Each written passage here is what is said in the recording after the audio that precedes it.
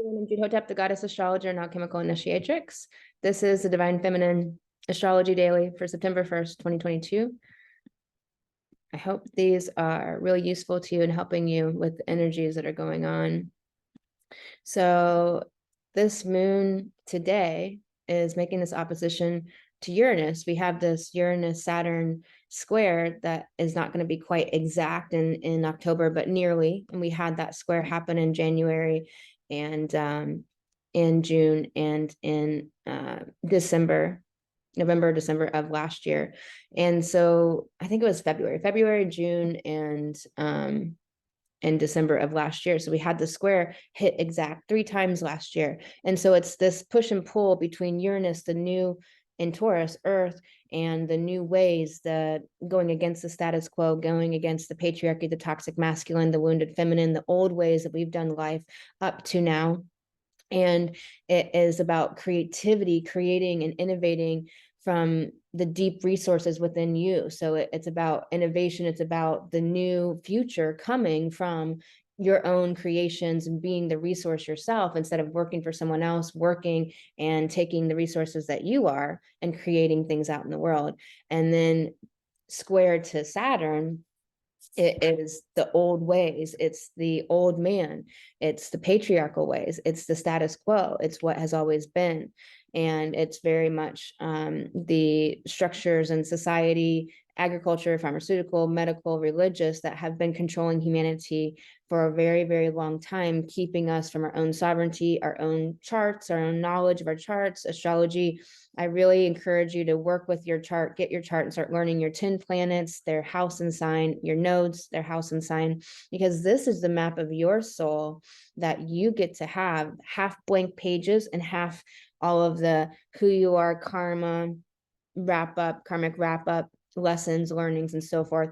And so it was hidden from us for so long, it was kept from us, and it was used to wage war and get laid by very few in control. So now you have access to your own chart, which is always in your heart, but it's nice to look at it in paper and really get to know, why am I like this? And why is this amazing about me? But everyone kind of is jealous of it or admonished it all the time. So we have this moon kicking off this Uranus-Saturn square today with this opposition, the moon in Scorpio, 18 degrees opposite Uranus. So it's hitting that Uranus.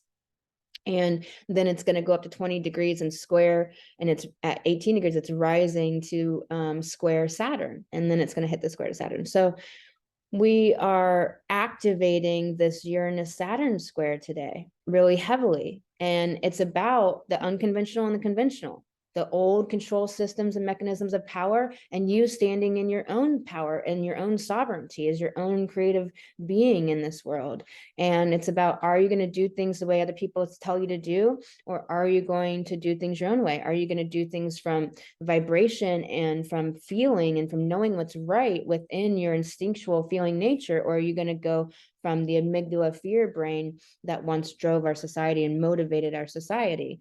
And so this moon in Scorpio can be bringing up the limitations and the blocks and the emotions that are standing in your way of stepping into the most powerful, sovereign and autonomous, individuated leader that you are in this world, realizing that you're a leader. What we're creating in this new earth is this humanity full of leaders. If everyone's a leader, those that are in the dark and doing wrong to humanity and people, and those that are struggling and at lower levels of consciousness, have to raise to be included. Humans have this natural desire to be included and to belong, and we want to use that for the good, not use that for evil, and use that for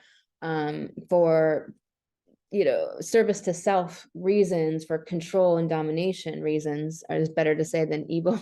Been having this conversation about good and evil lately, because if you notice in the spiritual community, really everyone has just made a new God versus the devil situation, with the Pleiadians versus the reptilians, this good versus evil dynamic playing out yet again in the spiritual community. So really there's just been a new religion that has been created in the spiritual community. All religions are a cult, a control mechanism, trying to control humans from really stepping into their own sovereignty and their own power, looking outside of themselves for divinity.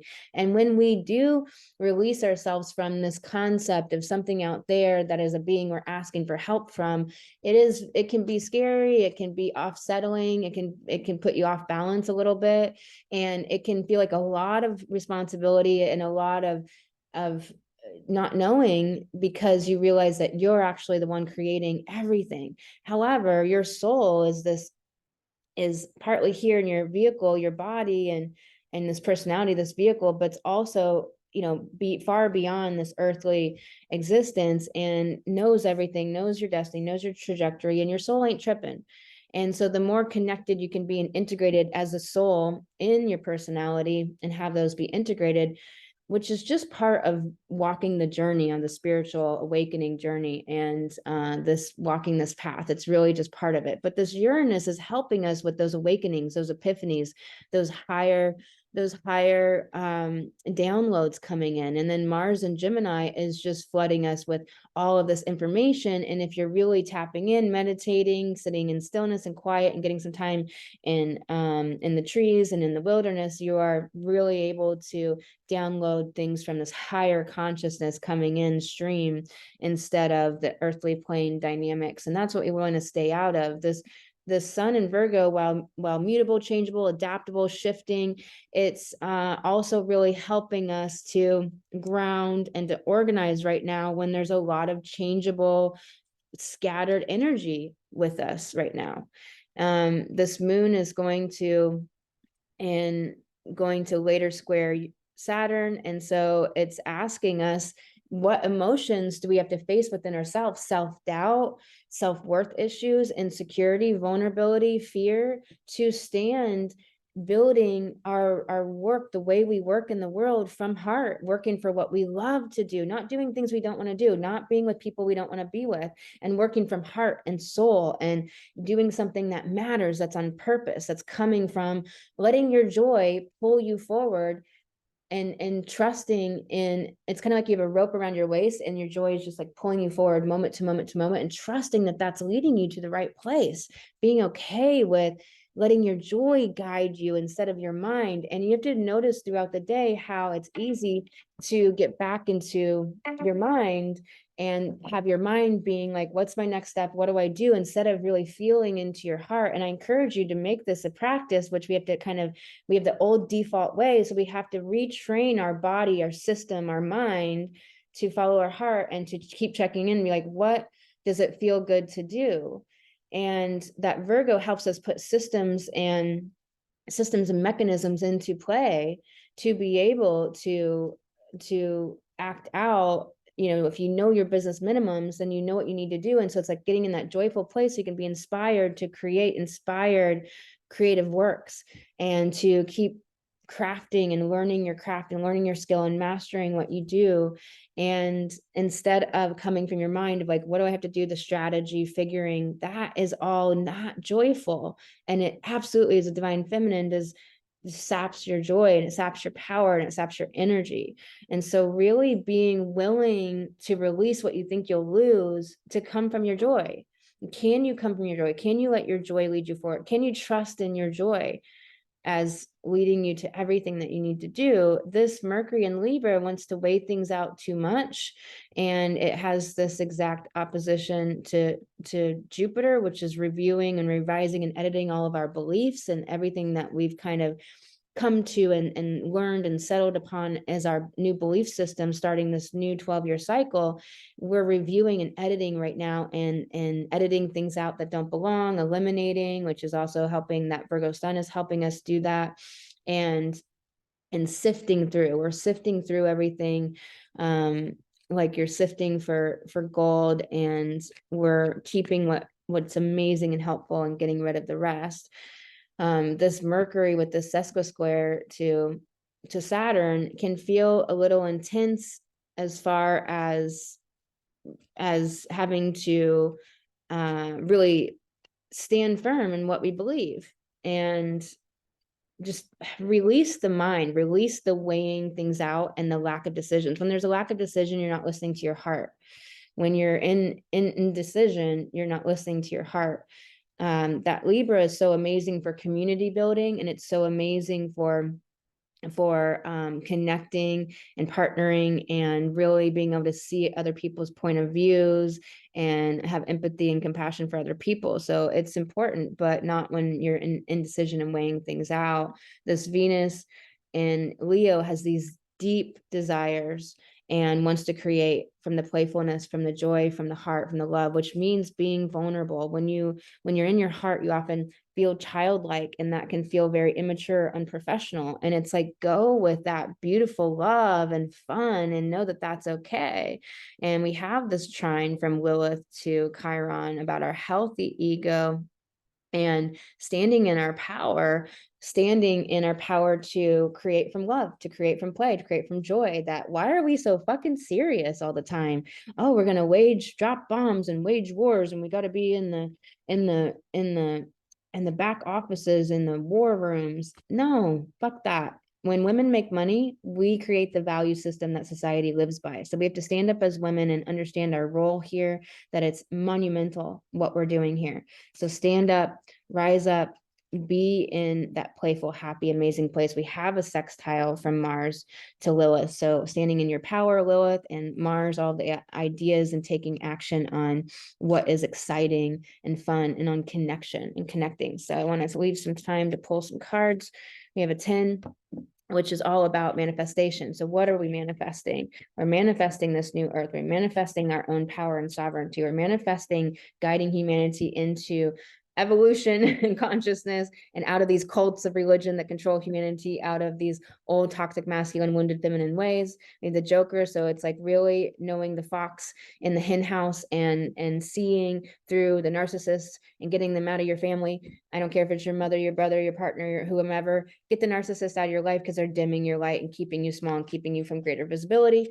Get the tricksters out of your life, the emotional manipulators. Get the people out of your life that are just sapping your energy. Maybe they're unconsciously doing it, but just they're taking your energy and your soul and your creation energy. We have a 6. This is this Venus energy. It's this energy of love and compassion and just deep desires, and bringing that passion and enthusiasm forward with Venus and Leo to spread that enthusiasm and passion into the world and create from passion and joy, not creating from have to.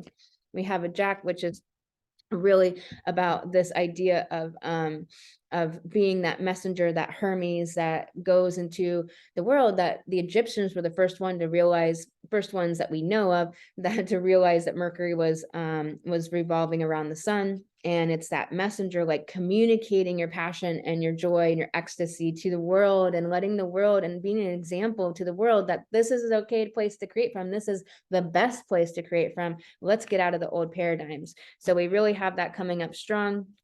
Anything else that wants to come forward?